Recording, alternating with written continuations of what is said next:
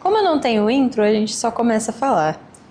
Mas botando palmo seu. O que você acha de a gente começar comigo? Eu olhando e falando: amor, você é meu escolhido de Deus. Deus colocou você na minha vida. Não? Tá bom.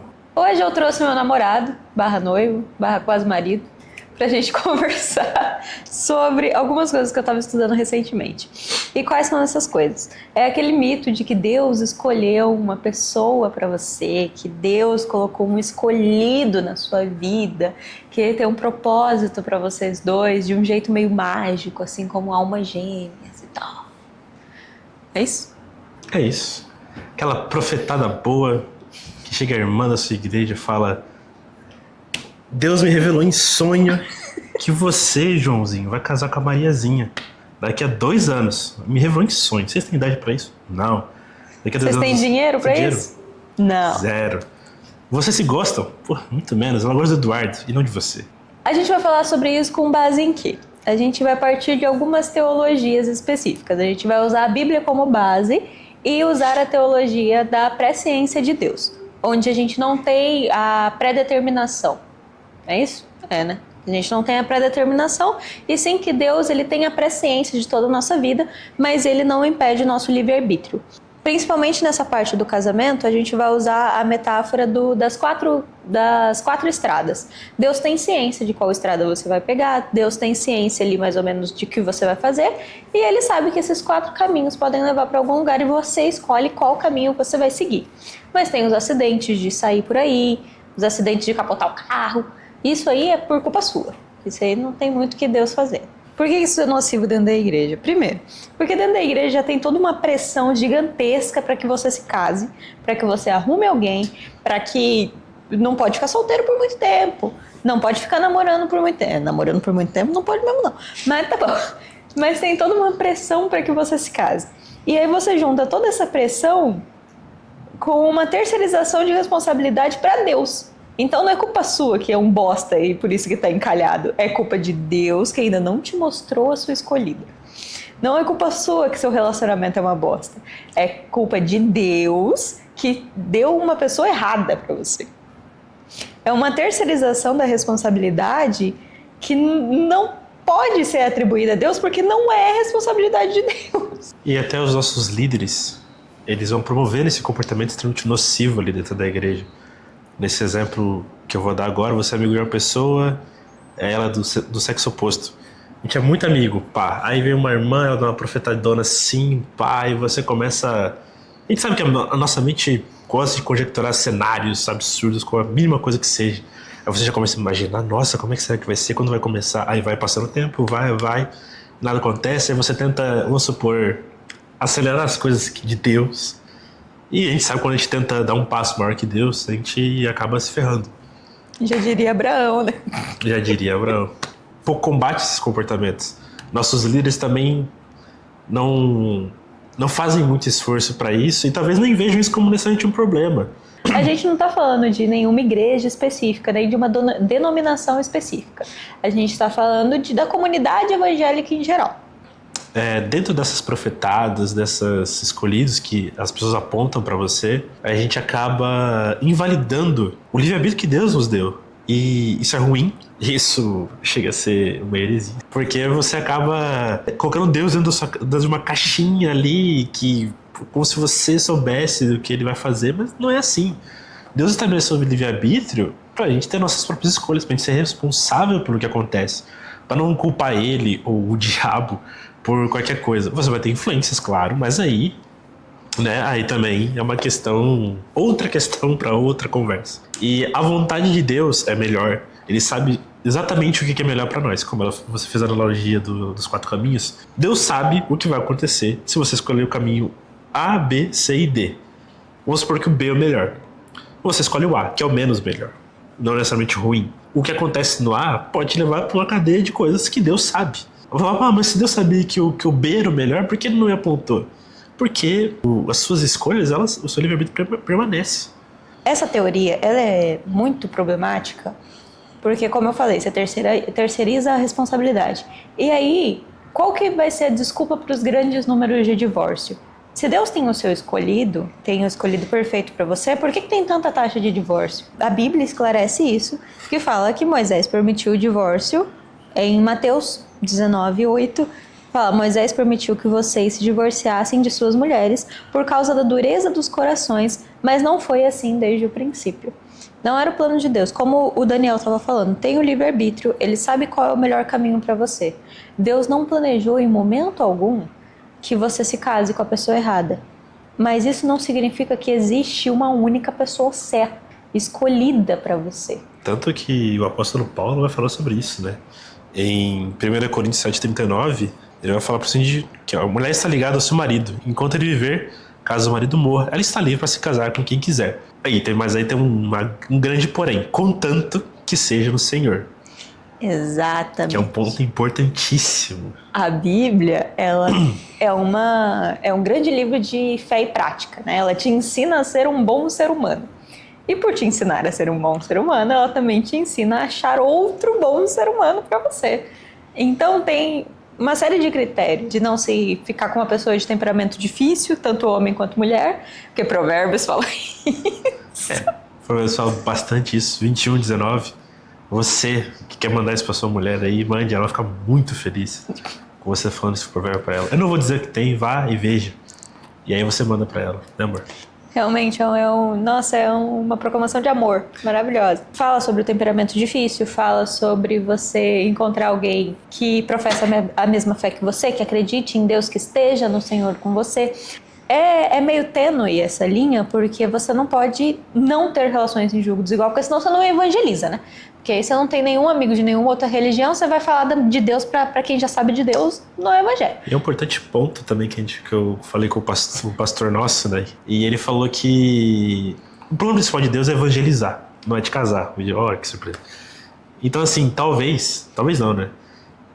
Deus te coloca no caminho de uma pessoa que não é da igreja, que não é aquele irmão perfeito que toca guitarra, é lindo, maravilhoso, todas as meninas correm atrás dele.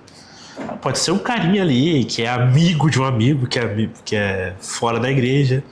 Aí você um belo dia vai num parque, encontra ele, e aí, olha só, vocês namoram, você se sente livre pra falar de Deus pra ele ou pra ela, e aí as coisas acontecem, né? O Espírito Santo vai lá e mexe com essa pessoa.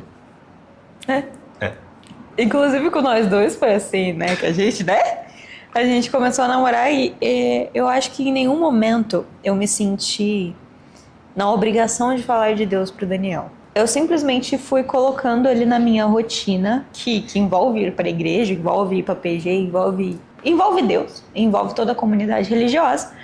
E eu coloquei ele na minha rotina. E nessa de colocar ele na minha rotina, ele acabou conhecendo a Deus. Ele acabou fazendo parte disso. Por isso que eu acho que a linha tênue do julgo desigual não se coloca em julgo desigual se isso vai abalar a sua fé. Obviamente que num casamento o buraco é bem mais embaixo. Mas isso não significa que o julgo desigual é sempre ruim, é sempre nocivo. Mas é sempre complexo. Porque casamento em julgo desigual é horrível. Casamento em julgo desigual é sempre um grande problema. Porque você tem uma maneira de ensinar religiosa. Por exemplo, vou usar aqui, né? Você cristão, depende da sua denominação. O seu parceiro da Umbanda. Gente, eu sinto muito dizer isso, mas não é o melhor pra vocês, tanto pra ela ou pra ele, e nem pra você. Porque são religiões completamente opostas. A gente não tá fazendo julgo de valor. Só tá falando que, irmão, Cristo e Umbanda. Tipo, eu sei que algumas denominações da Umbanda acreditam em Cristo, mas de uma forma completamente diferente do que o cristianismo. As religiões são conflitantes. É igual um protestante ficar com um católico. As religiões são conflitantes. O julgo desigual nesse quesito, irmão, ou você vai ter que ceder, ou a pessoa vai ter que ceder, e aí um vai brigar com o outro, não vai dar bom. E se ninguém quiser ceder... E se ninguém quiser ceder, é pior ainda. É pior ainda.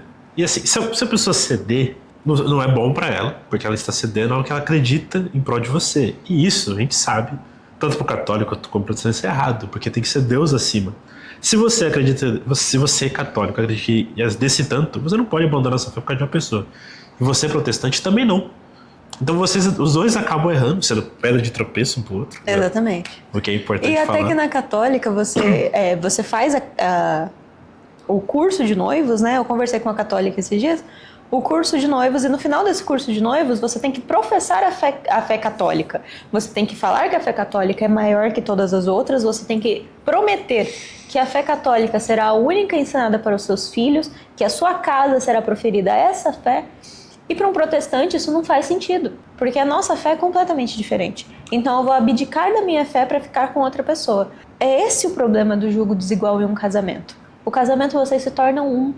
E quando você se torna um, tudo tem que ser muito parecido, gente. As coisas têm que se acordar. Não faz sentido você ficar com uma pessoa de outra religião, mas a gente está se desviando muito do assunto.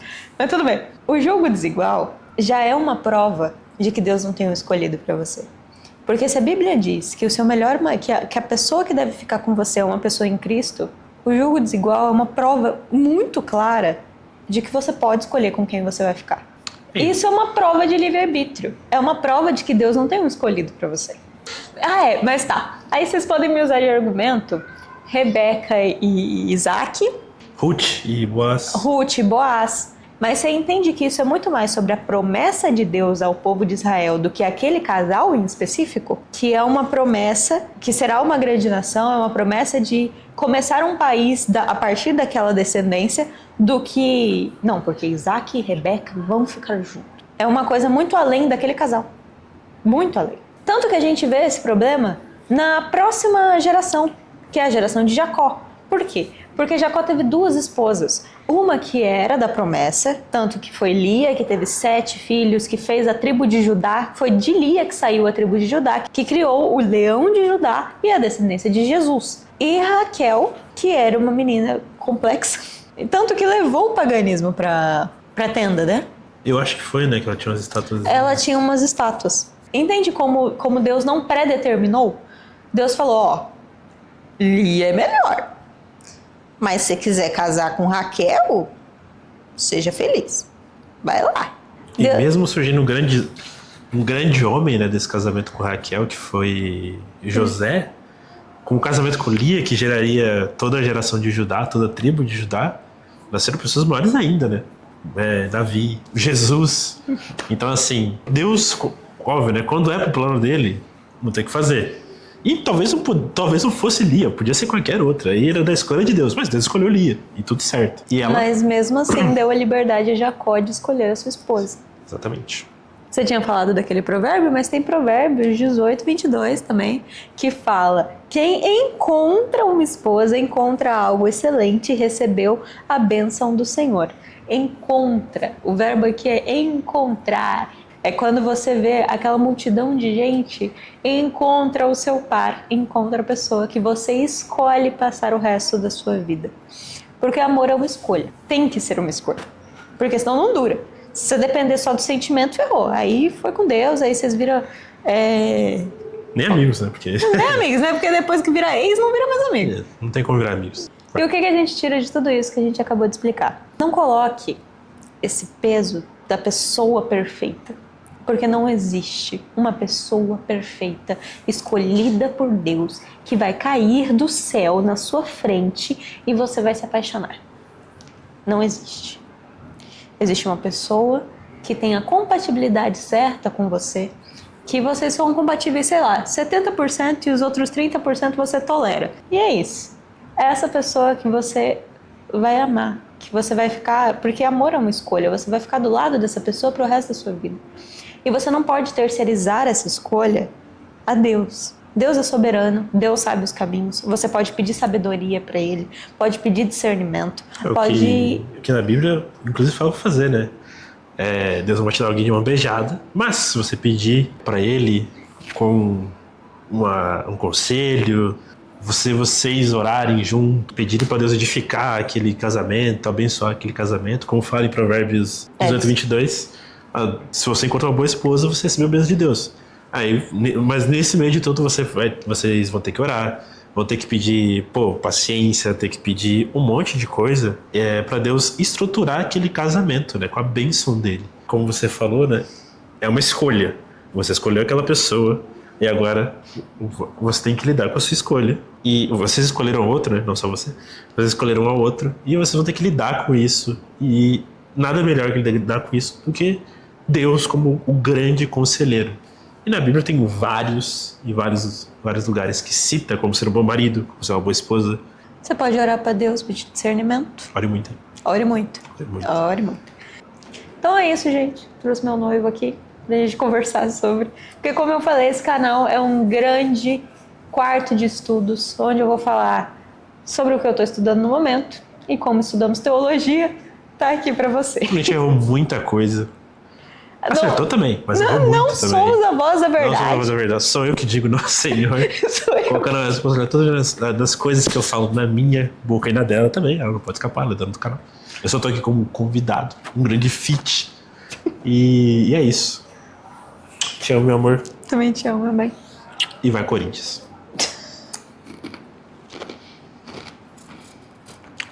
Fica vendo aqui os casais que passam, como são muito diferentes, né?